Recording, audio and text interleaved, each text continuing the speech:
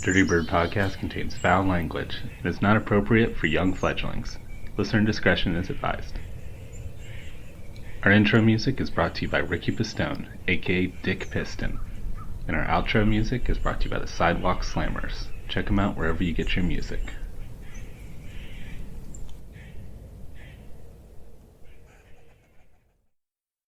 Are you looking for a podcast today with ornithology and humor you crave? Well, I know all these guys and it's birds they like. It's Dirty Bird, yeah, they're just a couple guys who really like birds. It's Dirty Bird, yeah, they're pretty dirty, but they really like birds.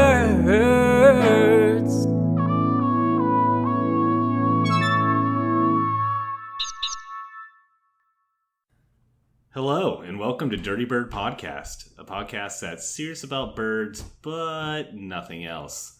I'm here today with Tim. Say hey, Tim. Hey, Dirty Birdies. Great to be back with y'all. Yeah, Tim.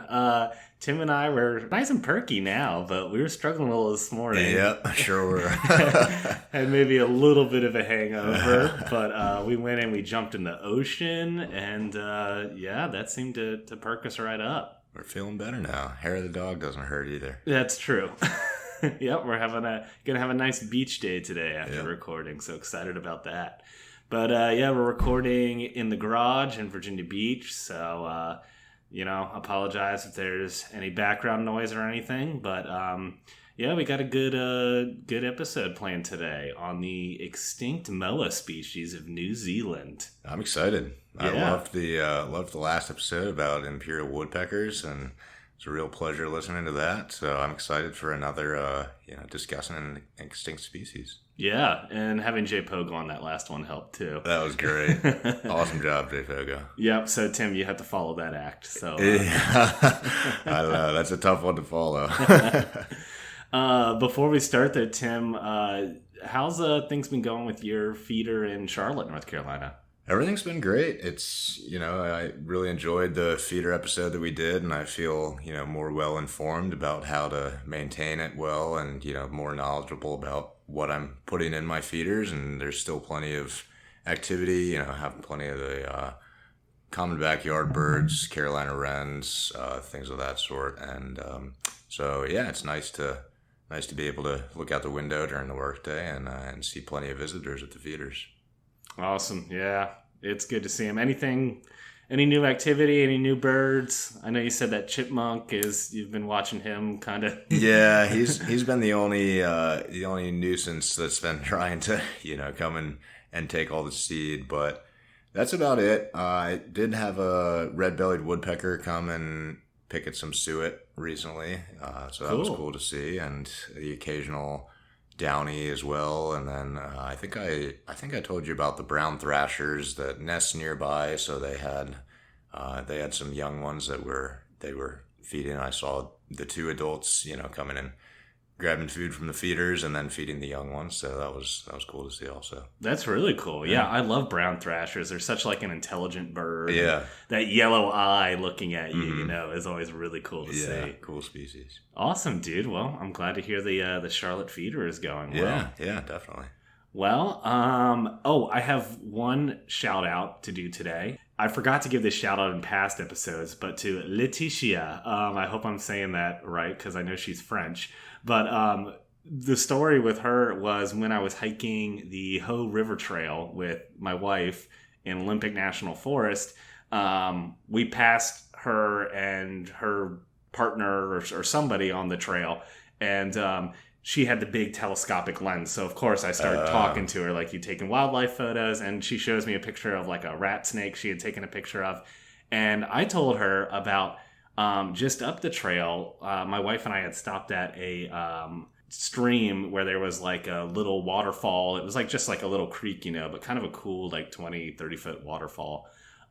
So we stopped there and we were watching the water and everything, and I noticed this bird kept flying up and down the creek, and I was like, that looks like a dipper. And I noticed every time it went up the creek, it had a bug, and then it would come back down the creek without bugs. Oh, and I'm wow. like, they might have a nest. So I ended up exploring more and everything, and come to find out they're behind the waterfall. The American Dippers had a nest. Oh, wow. And you could see the parents keep coming up with bugs, and you couldn't really see the nest. They had it so well hidden behind the waterfall. That's really But cool. yeah, it was awesome. And so I told her about it, and so she was really excited, and she ended up getting some really cool photos. And I told her about my podcast, and so later she kind of like tagged me in some of the photos, and she got some awesome photos of that Nice. that dipper. So yeah, thank you, Leticia. I hope that you listen, and I hope that I pronounced your name right. And just one final thing before we begin, please, people, if you're listening, leave a review on Apple Podcasts. If you listen some other way, help promote the podcast, tell a friend, send me some listener mail. I still have some stickers left that you can get for free. Just use them for a good cause. And, I'm not asking to promote this out of my own hubris or anything. I want to get, the whole mission of this podcast is to get more people into birds. So Absolutely. yeah, help me achieve that mission, please. All right. Well, let's get to it. Let's talk today about some very cool but unfortunately extinct birds that were native to New Zealand. Before I go into detail and explain about them, let me just set the stage for you guys.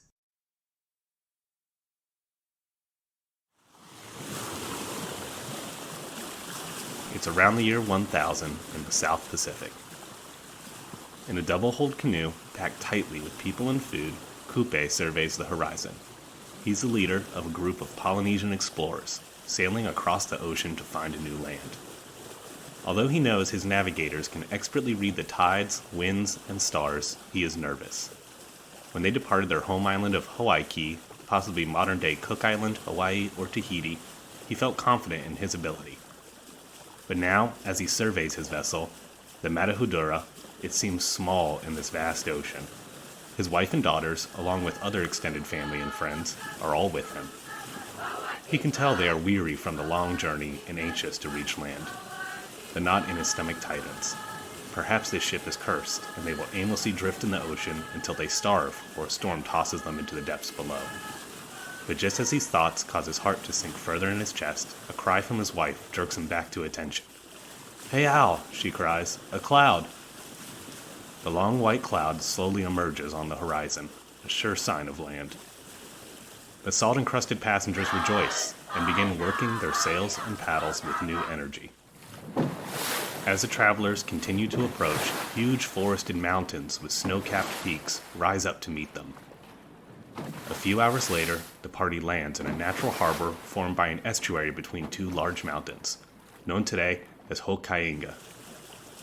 As soon as the boats are secured and unloaded, an overjoyed Kupe begins to explore this new land. He marvels at the lush, green forests. The plants are all strange and new, with small, rat-like feathered creatures scurrying in the undergrowth. Suddenly, a loud, strange sound stops him in his tracks. He grips his spear, tipped with a large shark tooth, tighter. That sounded like something big.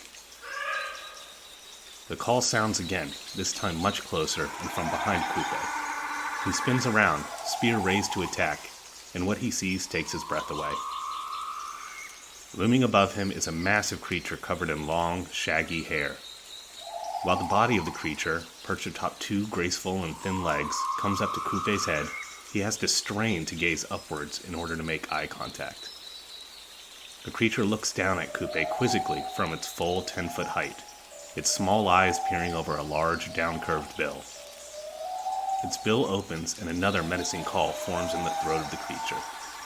Kupe, coming out of his stupor, remembers his spear again and tightens his grip in anticipation of an attack. The creature begins to lower its head, its broad bill opening wider, coming closer to Kupe. And then the creature placidly plucks a leaf off a shrub and begins to munch on it, ignoring the strange two-legged creature that just arrived on her island. That was awesome. Welcome to Jurassic Park. Yeah, I really upped the production value there. Yeah. So yeah, that was a dramatized story of the possible first human sighting of the subject of today's episode, the extinct moa of New Zealand. Kupe is a semi-legendary figure among the Maori. They're like the native people to New Zealand, arriving between the years like 1000 and 1300. There's a lot of different stories on how he discovered New Zealand, which the Maori call Aotearoa. The Maori sounds I used in that clip were from a Fruity Sound Archive, and also there was a Maori dawn welcoming ceremony that I used for kind of the sounds of Kupe's family in there. I also just want to thank the Les McPherson Natural History Unit Sound Archive for letting me use some of those sounds, kind of those forest sounds in the last part of it. That's actually a digital reconstruction of what a giant moa possibly sounded like. It was recorded and made by David Clark and is on the Les McPherson Natural History Unit. And he also spliced in some native New Zealand birds in there too. Les McPherson actually said that he wanted to listen to this episode once I posted it with the sounds. So Les, if you're out there, you're probably the first New Zealand listener. So hi, Kiwi.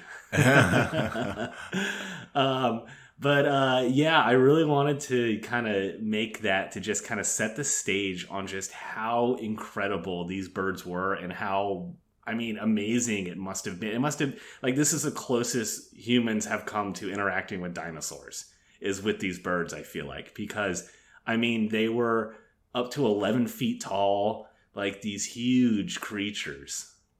Just skirting around the island, and Kupe and the other Maori were the first people to just arrive on the islands and see these guys. That's exactly the impression I got, trying to put yourself there, listening to the narration, is that they arrived at the island and, stumbled upon some dinosaurs. It really did seem like it.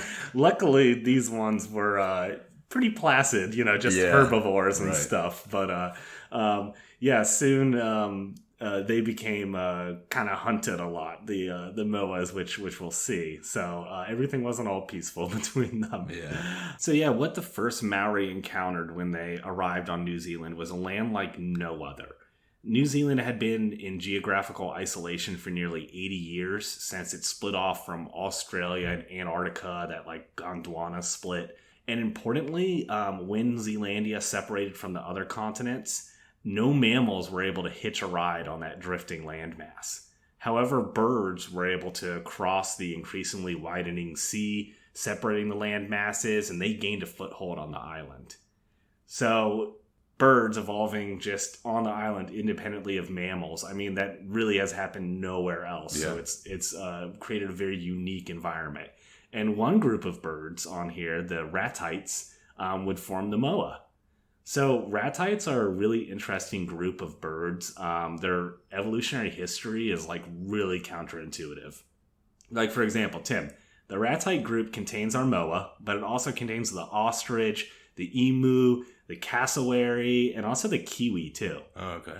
All these are flightless ground birds. Mm-hmm. Some of them are pretty big, and they're distributed over a wide variety of continents.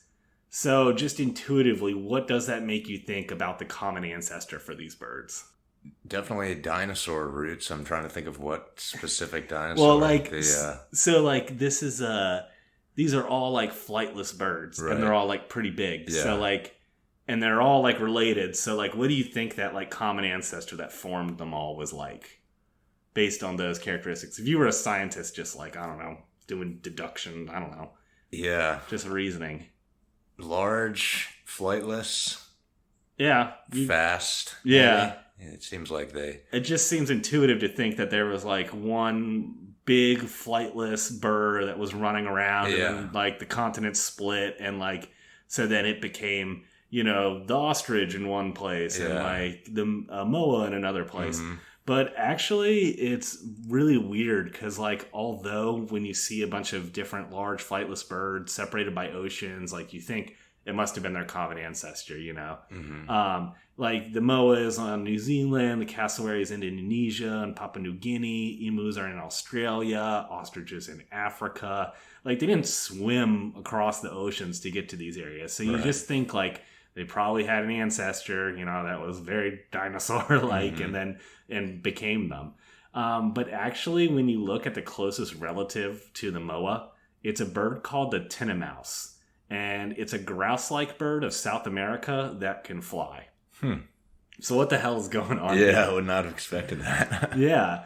Basically, the conclusion that researchers have reached is that the ancestor of the ratites was a fairly common flying bird that colonized a wide area of the world. Fossils from early ratites have been found in places like Europe and North America, although there's no ratites there today. So they had this ancestor that was like just all over the place, like a small flying bird, and eventually died out in some areas, but then in other areas turned into different species.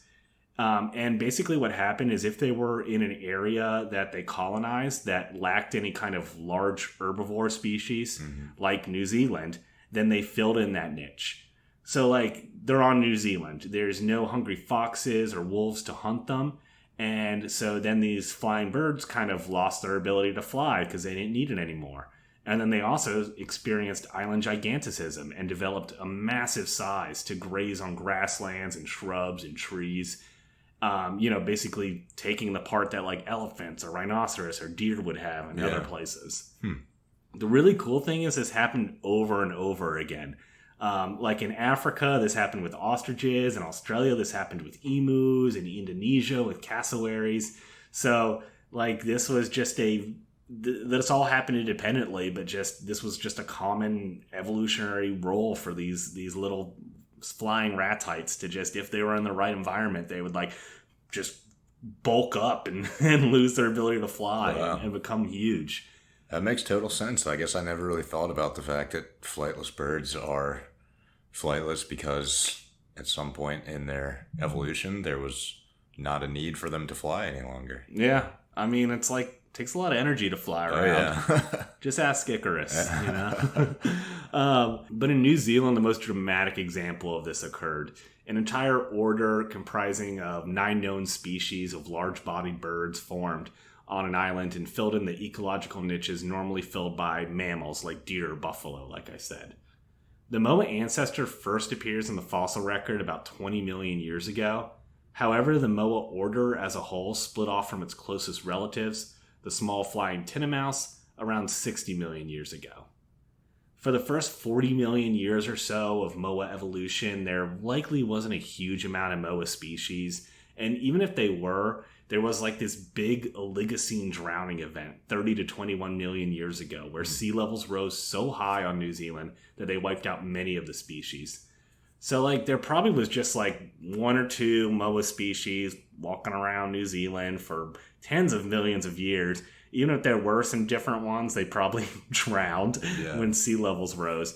So as we go into like 20 million years ago, there's really only 1 Moa species. And then it'll later go off to make the other 9 known species that we know of. So basically what happened is around 8.5 million years ago, the North and South Island of New Zealand separated.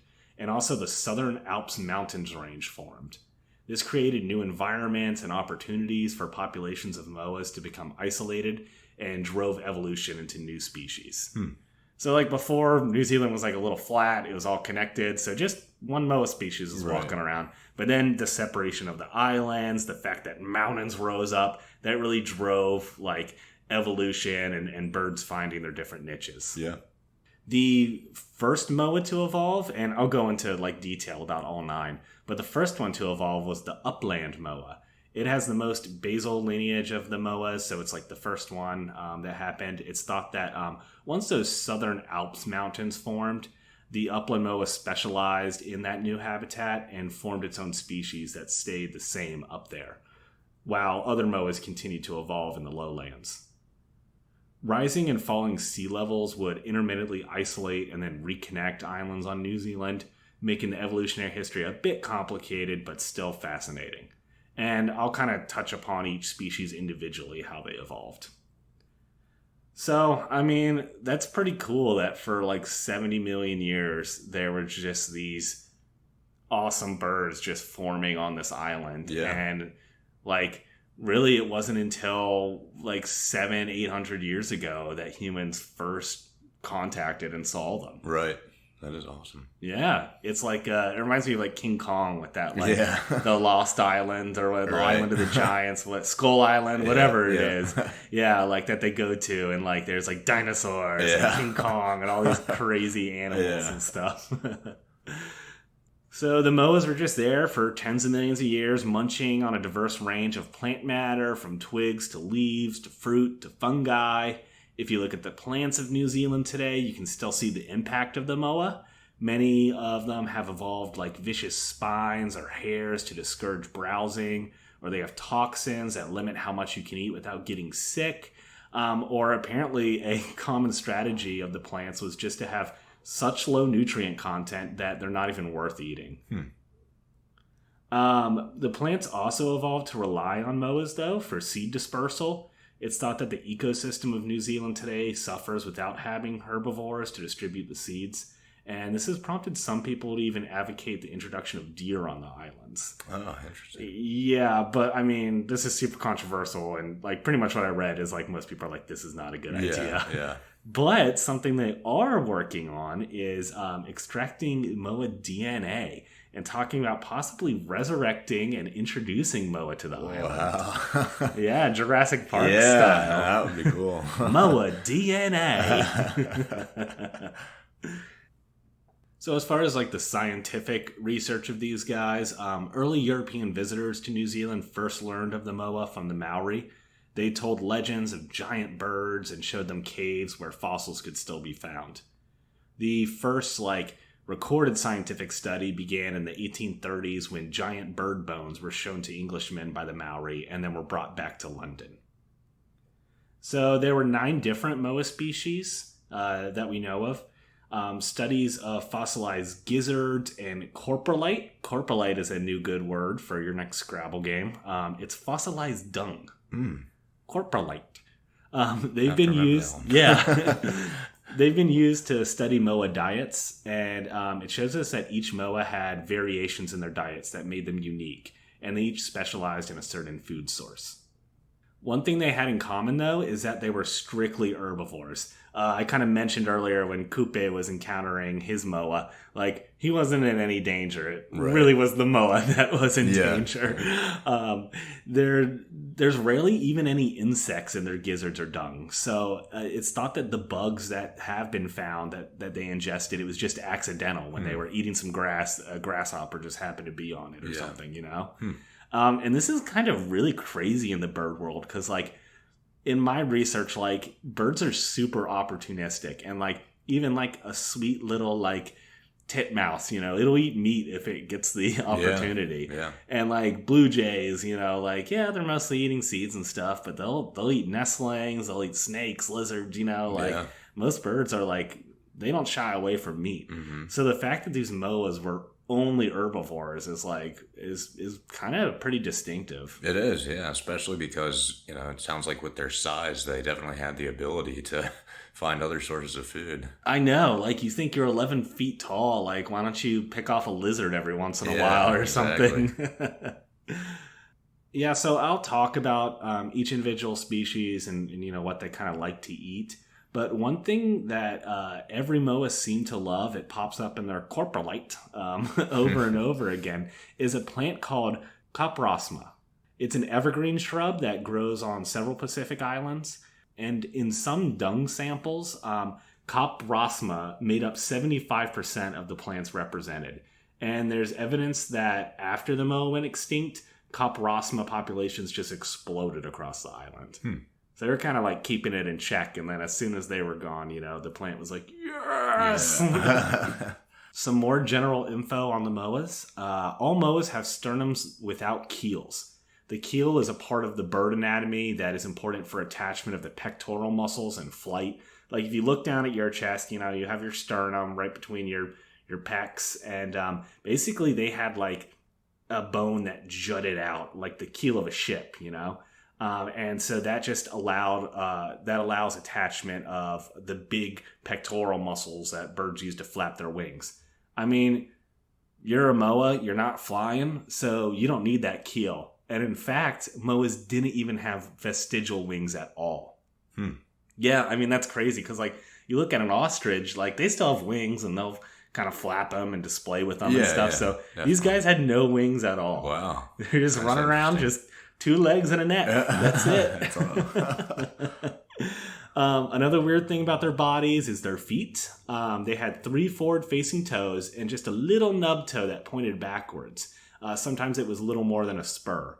This differs from ostriches, who only have 2 toes, and also from like other ratites, I think, that just have like 3 and they don't have that spur or anything. When you look at moa skulls, you'll notice that their eyes are relatively small for their body.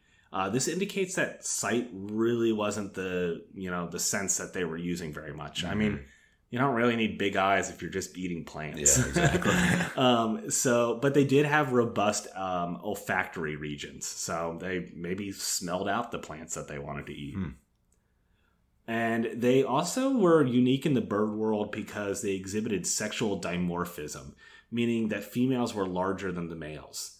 In fact, the females look so much different from the males that early researchers thought that males and females were entirely different species. Oh, wow. Yeah.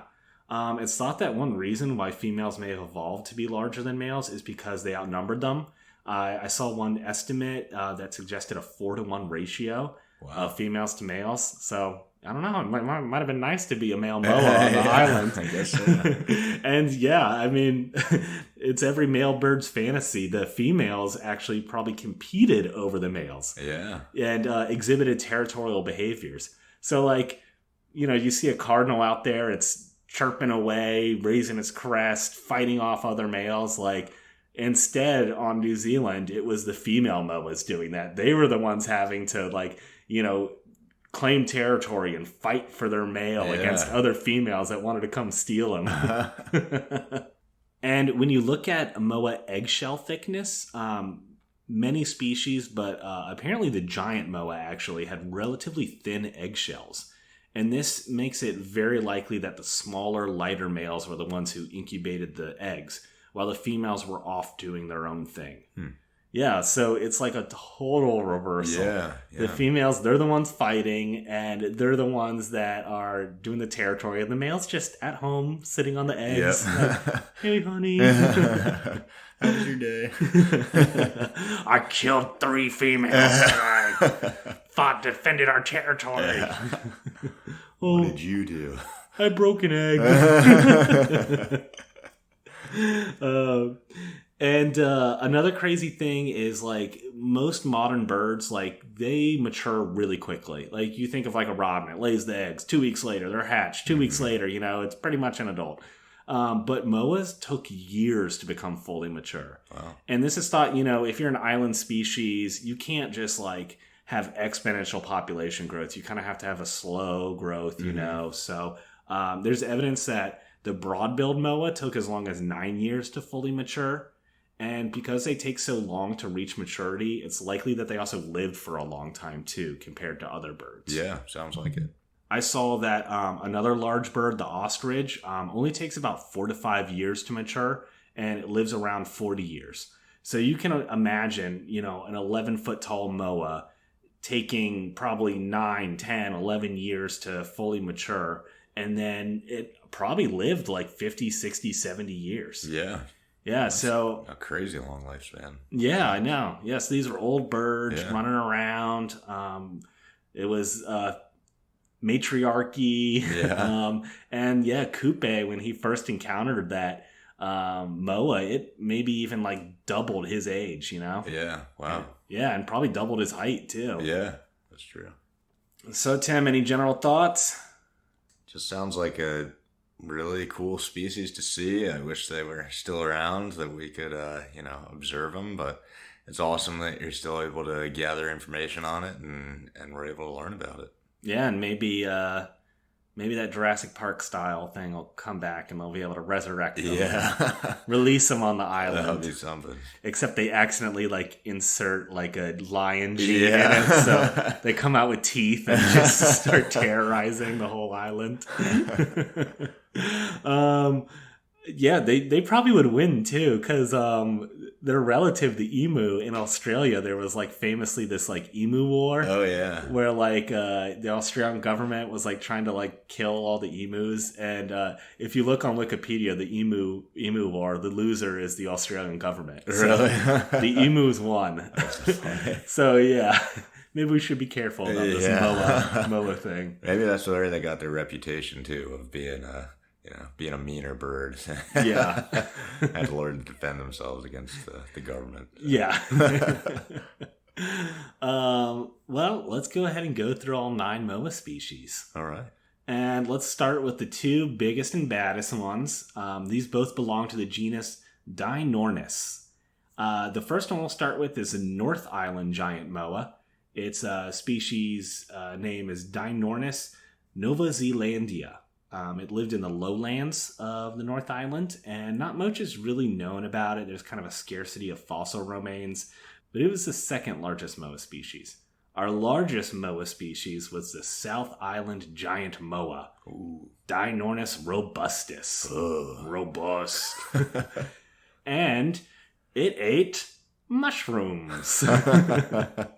Likely, it was really important for distributing mushroom spores throughout the island. And it was the biggest, baddest moa of them all. The adult females were 6'6" at the back, and at their heads they could reach up to 11 feet, 10 inches off the ground. That's a big bird. That's a big bird. There's some evidence that males and females had entirely different feeding strategies. The large females would prefer to feed in the forest, browsing on beech tree branches that they could reach up because they're so freaking tall. While the males spent more time in the grass and shrublands. Yeah, so big ass bird. Yeah. Our third moa species is the bush moa, Anomalopteryx didiformis. It's the smallest known moa species, so we're going from biggest to smallest. Yeah. It was only slightly larger than a turkey. It inhabited both the North and the South Island, and it was a forest specialist. It had a very hard and sharp-edged beak, suggesting that it specialized on tough plant material like twigs. Basically, it just used its beak like a pair of scissors to just cut through the tough plant matter. Our fourth one is the eastern moa, Emus crassus. It stood 5 to 6 feet tall and exhibited reverse sexual dimorphism, just like the other ones we talked about. So the females were larger than the males. Right. It had very large, wide feet. This makes it likely that it walked very slowly. It was covered in beige hair-like feathers and had a bald head. And I forgot to mention that all the moa are kind of covered in these feathers that aren't really feathers. They look more like hair. And most of them were like pretty drab, just like shades of gray or tan or beige, or brown, Not very colorful birds, but yeah, they kind of just look like literal giant shaggy carpets walking around. The eastern moa, though, it lived only on the South Island, although there's evidence that its distribution was likely larger historically. It was a rainforest specialist and would experience boom and bust cycles in population during glaciation periods. Basically, when the climate got drier, forests would be replaced by grasslands. Then, the cycle would change, and then the climate would get wet again, rainforests would reappear, and then their populations would boom again. It also seems like the only moa species that didn't like eating ferns. Our fifth one, the broad-billed moa, also known as the coastal moa or the stout-legged moa. And its scientific name is Ureapteryx curtis. When you look at recreations of these moa, they are basically like the dwarves of the moa world. They are shorter than the giant moa, but they're extremely thick. They have like these massive, almost tree trunk-like legs. They were the most widespread of all the moa. They lived in the lowlands of the North, the South Island, also on Stewart Island. And while they varied in size across their range, research indicates that there's a lot of active gene flow between island populations. And this is thought to be because since it lived in the coastal lowlands, like when sea levels would drop, they quickly utilized land bridges between the islands. And so they were able to constantly keep their genes flowing. They fed on leaves and fruit. They had a relatively weak skull architecture compared to other moas. And this suggests that they preferred soft foods and didn't do a lot of tugging or pulling on branches.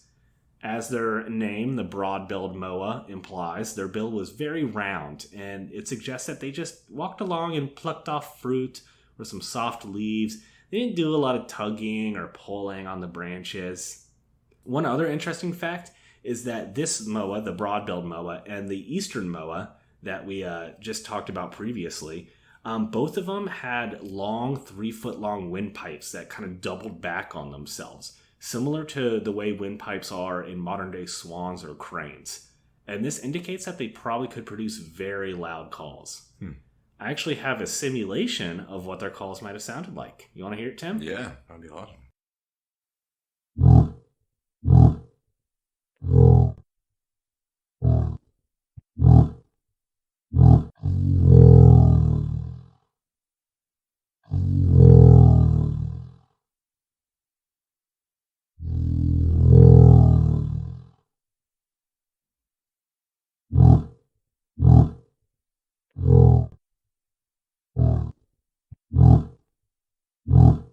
Wow.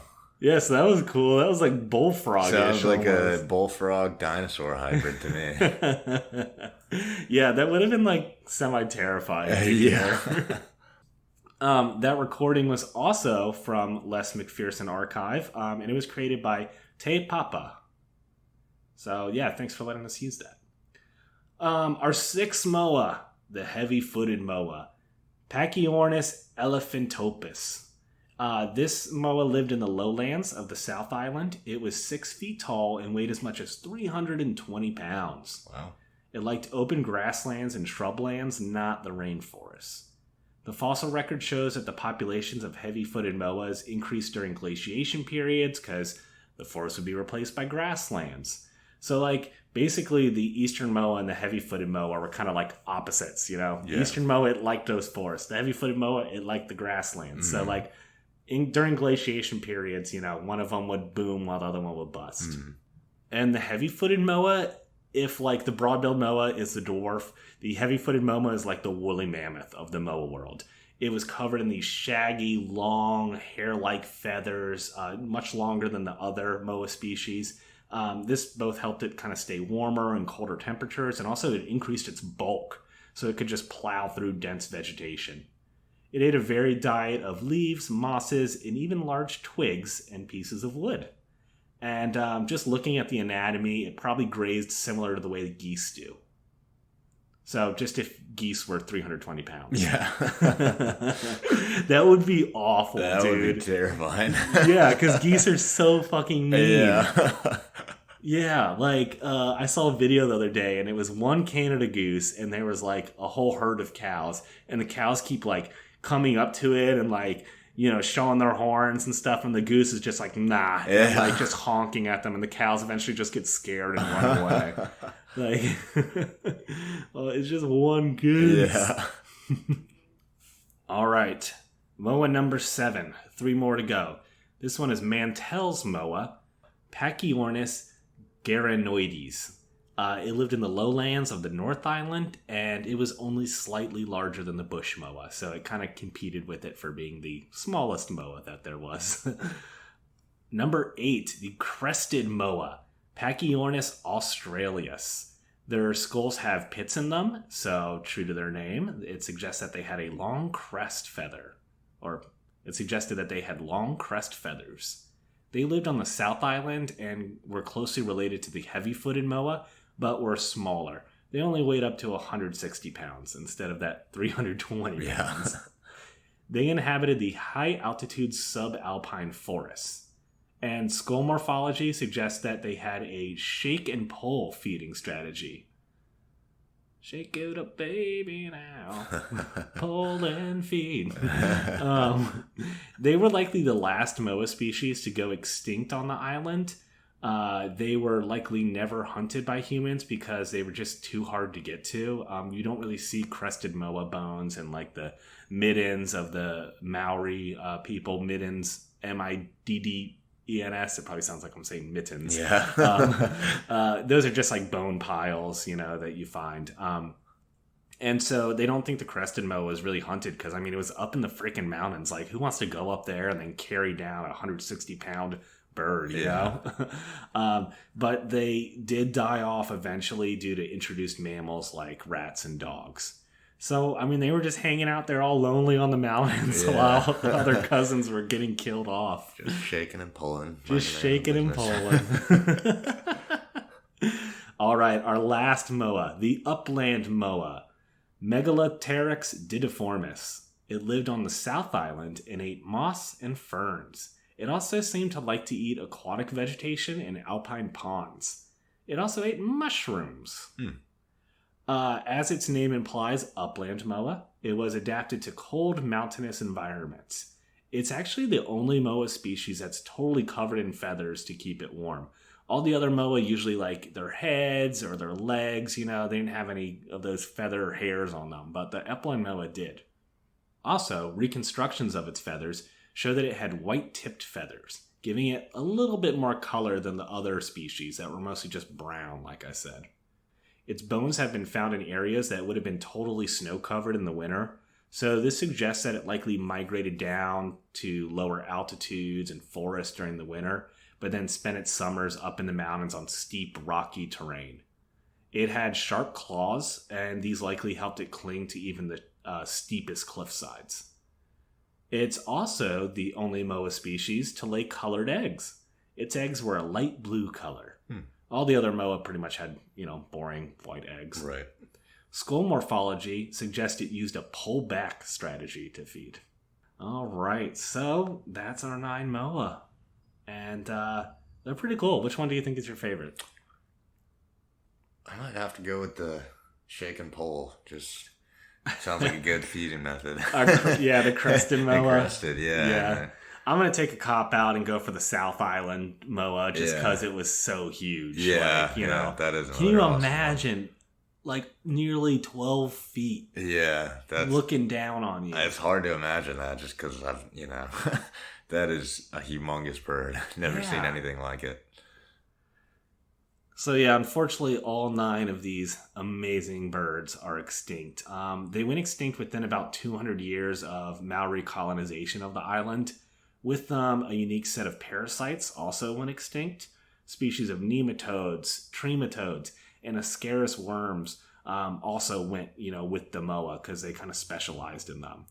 Some parasites, though, were able to survive because they also parasitized other ground birds, such as the kiwi. Apparently, there was also a species of lice that specialized in the moa, and they also went extinct. So these giant creatures are almost like a habitat in themselves. Yeah. So when they go extinct, there's like little hangers-on that also went with them. But how did they go extinct? I kind of alluded to it a lot earlier, but it pretty much comes down to human hunting. I want to make sure I don't really blame the Maori people too much here. I mean, they only did what like every other group of humans would do. They took a huge risk sailing to this island, and then, when they got there, they reaped the rewards. While the first humans to set foot on the island likely came with Kupe around the year 1000, he actually didn't stick around. He returned back to his home island to spread the word, and, later generations of Maori later came and settled. There's kind of some debate about what the populations of moa were on the island pre-human contact.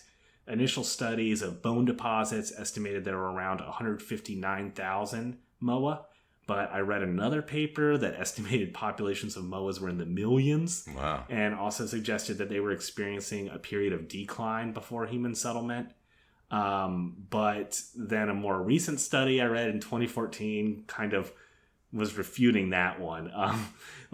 It's funny when you read scientific papers and they say something mean, but they say it in like the most scientifically snarky way possible. So that study where it said that moas were in decline and were in the millions, they said that it made questionable assumptions, which basically means like your paper's shit. Anyway, this more recent study, they shifted that number back down to just a few 100,000 moa at the time of major Maori settlement around 1280. Oh, that's some typhoon. There's a typhoon out there. That's crazy. Yeah. Yeah, it's summertime here in Virginia Beach, so there's just kind of some scattered storms rolling through, and it's like, that summertime rain where it'll just pour for like 10 minutes and then like, oh, sun's back out. Yeah.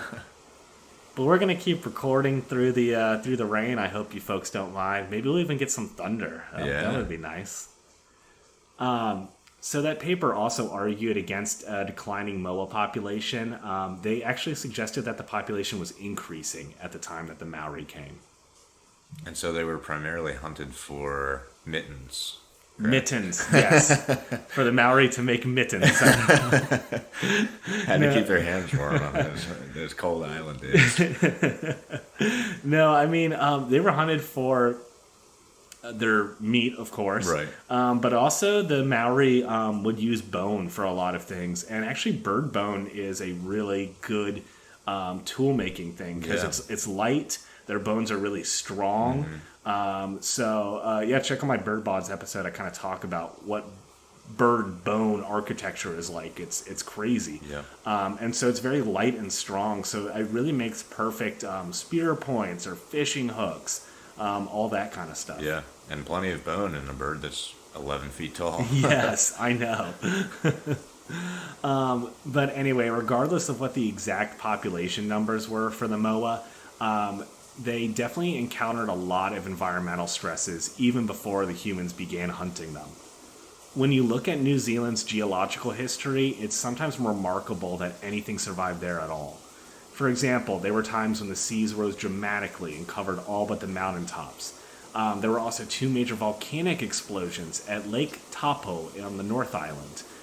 One was around 3,300 years ago, and another was 1,850 years ago.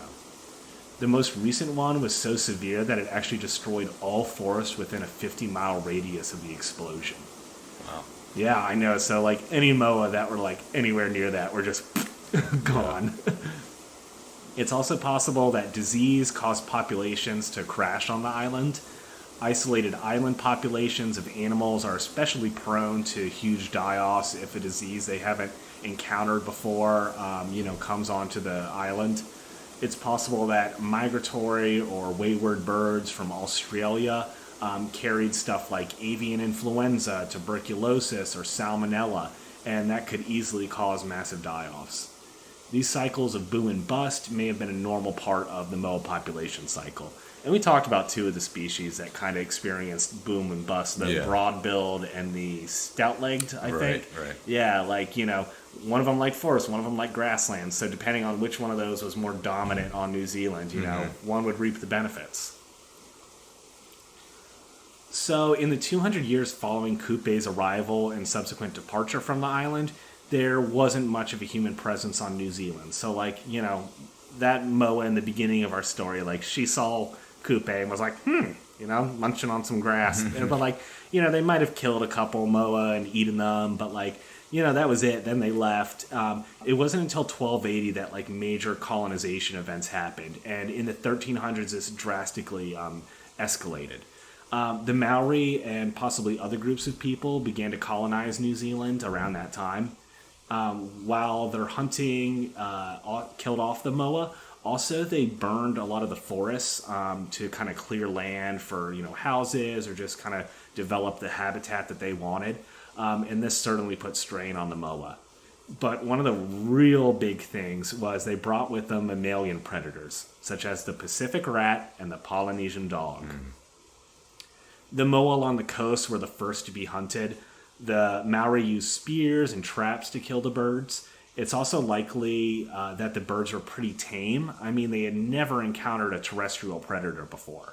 So the Moa on the coast were the first to have their forests cleared. They also were the first to come into contact with introduced mammals like rats and dogs. The dogs would have likely killed smaller moa, and the rats would have eaten their eggs and also gone after their nestlings. Because, I mean, these guys didn't have wings. They nested on the ground. Yeah. And remember also I mentioned earlier how thin their eggshells were for these birds. So, they were really easy for rats to just get through that eggshell.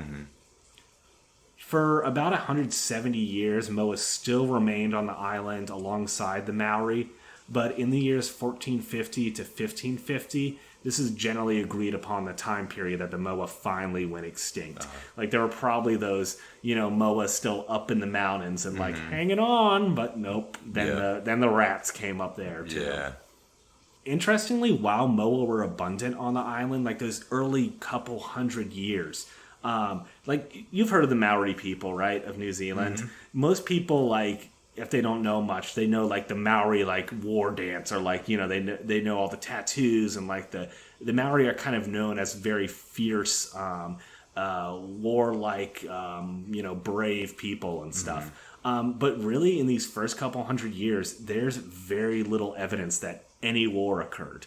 You don't find archaeological evidence of weapons or anything like that, and that's because kind of it was like a utopia period. Yeah, I mean.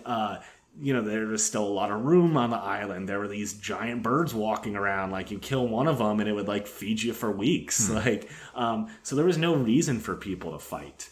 So yeah, it wasn't until, a lot of the big food sources were gone and the island became more crowded that then that warlike culture developed. So I don't know. It's kind of interesting that because of these moa, there was hundreds of years of just like peaceful utopia on New Zealand. Yeah.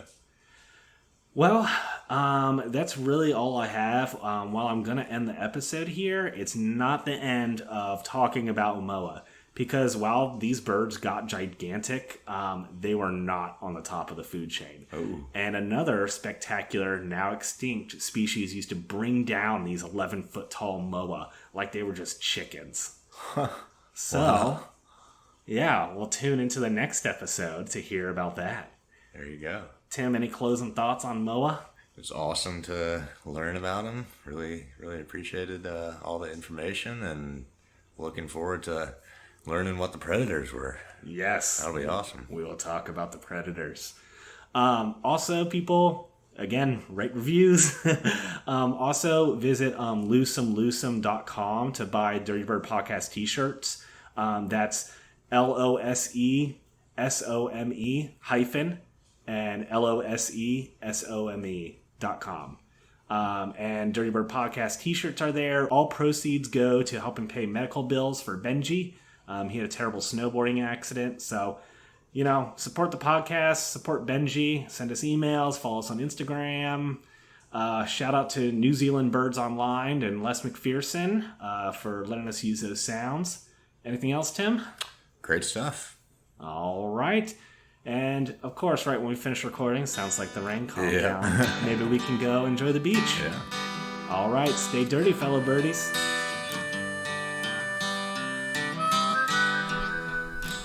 Dirty Bird Podcast is brought to you by me, John, and our rotating panel of guests and co-hosts.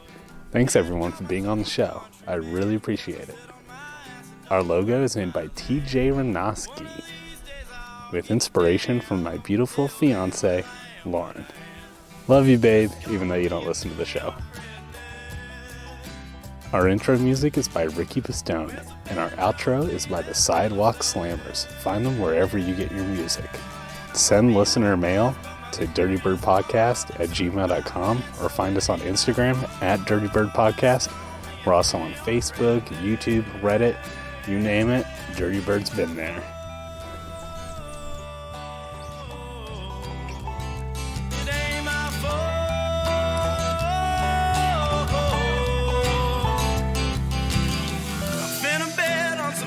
At the track, drive into Brooklyn, ain't never coming back. Tim's on the ground in the concrete jungle. I might get into a little rumble. Ain't